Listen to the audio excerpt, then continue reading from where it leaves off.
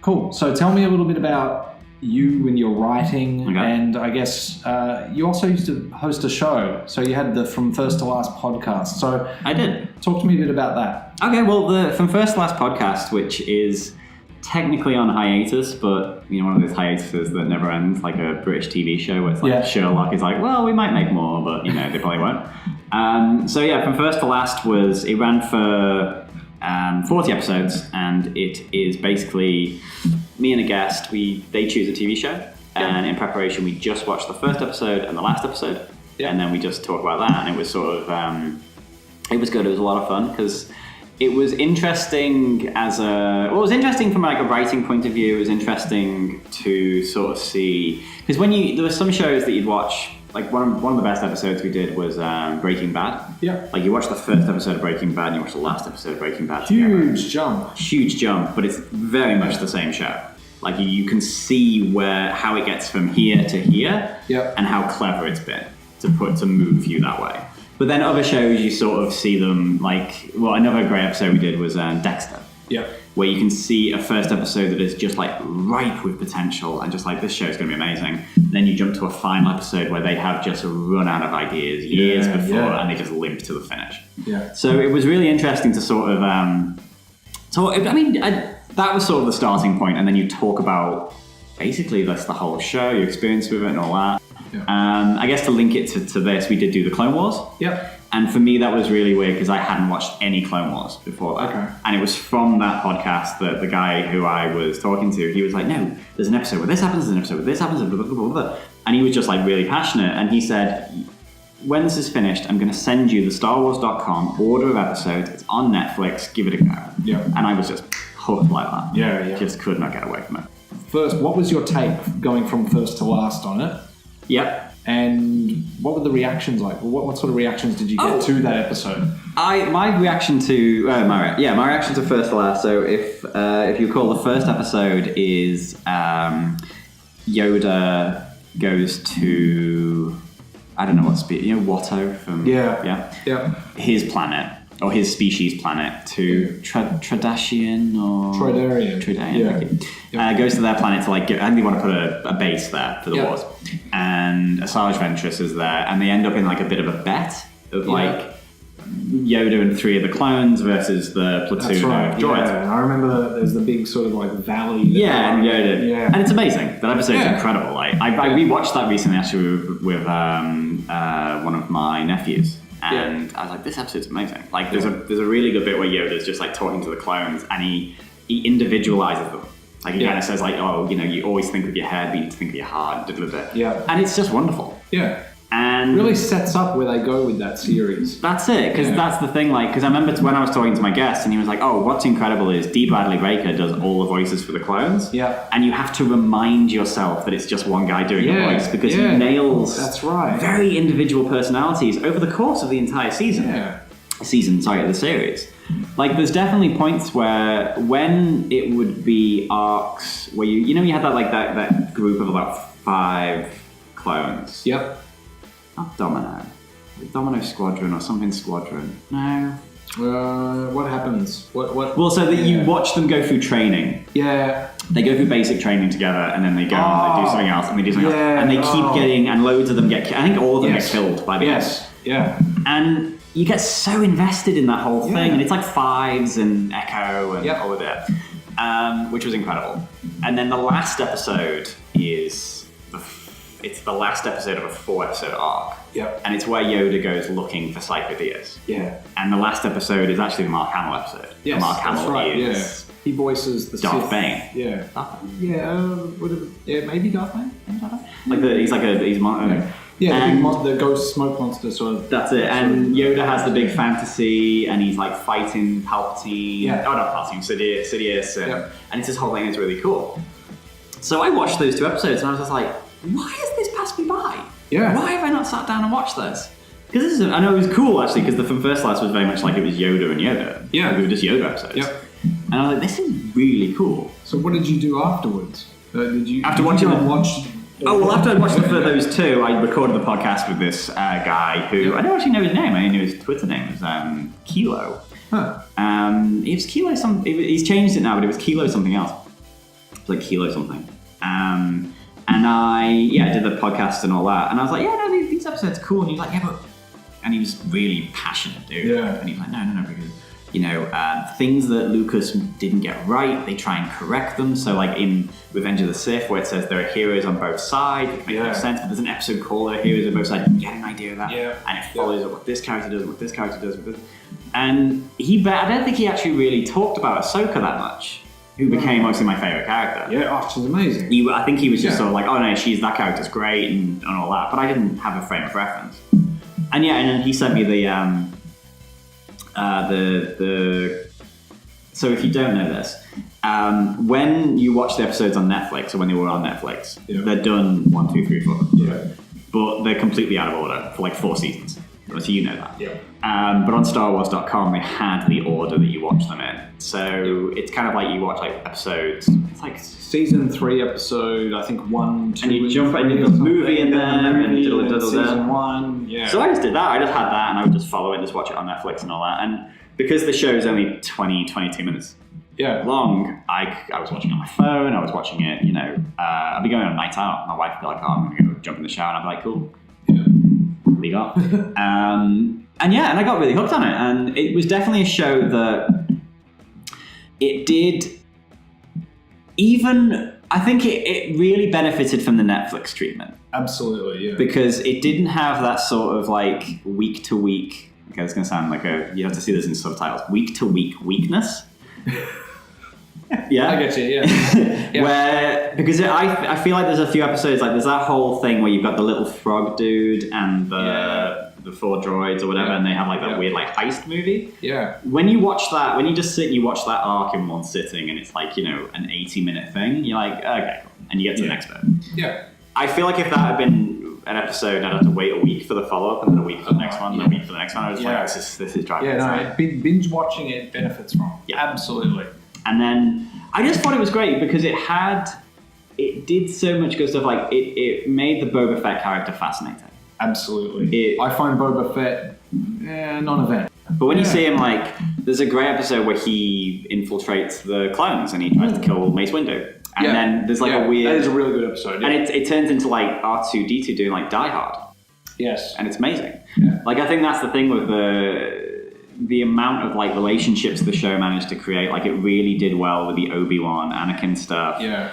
Because it didn't try and overplay itself, and you did have this constant thing of like, they are like brothers in the sense that Anakin's a younger brother trying to please an older brother, and Obi-Wan's a bit of a dick. Yeah. And he is. I mean, that's the character. Like, he is quite... Anakin, no. Yeah, he is. And he is a bit sarcastic, and he's a bit snarky and all that. And that works for that relationship, because you do have that thing throughout the prequels. If you watch the prequels and all of Clone Wars, there is this slow motion tragedy of being like, if someone just stops for 3 seconds and just looks at Anakin long enough, they'll see what this is. And they'll see that he's turning. Yeah. But they all just sort of dismiss him or they just send him out to war. Yeah. That's the thing. It's like keep pummeling him with the exact thing that's sending him off in this other path. Yeah. And it's fascinating how well they do that. And you can just see the machinations behind the scenes of like, this is what the war is going to do. If the war... And that sort of idea throughout the show of like, the people turning on the Jedi. Yeah. It's like, no, the Jedi have caused this war. Yeah, absolutely. Which is very much... And obviously an incredible thing for like a children's cartoon to have almost like a mirroring of post 9/11 America war's great. Wait, no it isn't. Yeah. Like, war for revenge, all about it. Yeah. Wait, no, that's a terrible thing. Idea. That's a crime. And just seeing that play out where it's like, we've got to stop the separatists.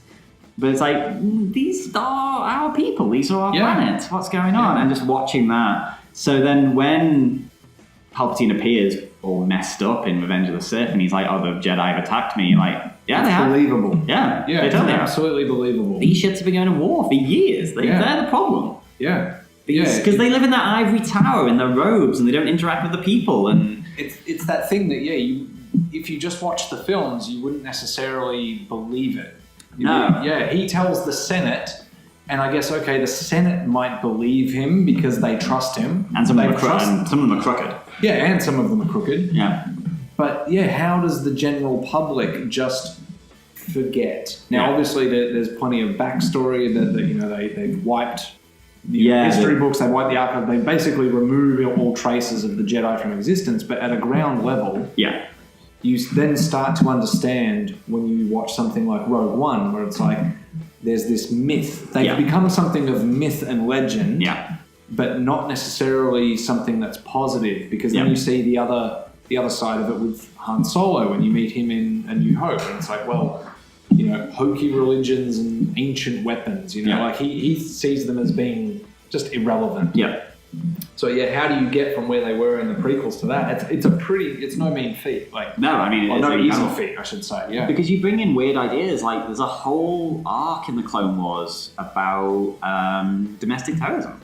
Like there's a suicide bomber. Yeah, and that guy, like when you watch that show, in a kid show. Yeah, and you get to the end of the episode and you're like, it's got a point. Yeah. I sort of see what he's saying. Like, if you sort of... Because that is the weird thing with Star Wars. I remember actually doing this after I did the Clone Wars episode. I did, like, a poll on Twitter, and I was like... I think it was, which world would you like to live in the most? Star Wars, Star Trek... Might have been Star Wars, Star Trek, Lord of the Rings, Harry Potter. Yeah. Something like that. And no one really wanted to live in Star Wars. No. Because everyone was like, if you're not a Jedi, it sucks. Yeah. What are you? Yeah. You're a criminal, or you're a farmer, or you're nobody. Yeah. And I guess that's the thing. If you transported that and you were just like, I've got nothing. The Jedi live in this ridiculous temple, are magic and war hungry. And then someone comes in and says, oh yeah, we're going to end the war because the Jedi have caused it and they're crooked as anything. You'd be like, yeah. Yeah. Out they go. Yeah. Out they go. So that's incredible. And the show really paints that picture. Yeah. So looking at that from kind of the bird's eye view, seeing the full arc, seeing where they start, where they end, how that has changed, I guess, interpretive reading of the prequel trilogy. Yeah. Looking at that, and I guess how kind of clever it is. It really is. Has any of that kind of influenced your writing? Well, has Star Wars, let me broaden that. Yeah. Has Star Wars in any way influenced the way that you write and the things that you write about? It has, in the sense that I think when I sort of first started out, I went for that more sort of, I did used to always try and write sort of stuff that was like Star Wars, like a bit sci-fi and a bit mad and all that, but I did find that I'm not, when I write, I like to talk about what I'm writing with people. Yeah. So when I would write sort of quite nerdy stuff, I'd be quite shy about talking about it because it wouldn't seem too nerdy. Yeah. And also as well... is that a thing still? Like, I mean, Star Wars is so popular. I know it is, but the thing is... Sci-fi is so popular now. Oh, it's crazy, yeah. Well, the thing is, like, the person I'm going to talk about it most is my wife, and she has no interest. So in the past, I've been like, okay, so I had this idea where, this, and you just be like, snooze. Like, okay. So that's why I've ended up writing, like, I write now, the book I'm writing has morphed a variety of ways, but it's like historical romance, which is completely out of, But at the same time, I was talking to someone and they were like, well, what are your goals? Well, I was on a writing course recently and they're like, oh, what are your goals? And I was like, well, I want to publish this book and I want to be a writer, and then I want to contact Penguin and I want them to let me write a Star Wars book. Yeah. I want to write a trilogy of books about young Palpatine. Yeah. And they were like, no, I mean, but like, what are your big intentions? Like that. That would be it for me. Because I think that would be, I'd write whatever at this point, but like that idea of getting, because money-wise, I don't think there's anything in it. Because even though you're writing a best-selling book, I'm sure there's some sort of, like, E.K. Johnson's not a millionaire and stuff like that. But to have that thing where you can shape, because Star Wars has been Star Wars in my blood for youngs. Yeah. To get into it and just, like, change anything in the canon, just to put something in there and it just be like, have a lasting effect. That would be it. Just change, just write a book and it's just like, oh, well, this references back to this. Yeah. And just be like, and I created that. That was something that came from my brain. So that was that's sort of always been the back of my mind of just like, I'd love to get published and have that thing to be able to just be like, right, cool. Now I want to write a Star Wars book. Yeah. And have enough sort of clout for a publisher to be like, cool. That's interesting. It's interesting. So two things I'll raise off that. First off, because you said that you'd contact Penguin.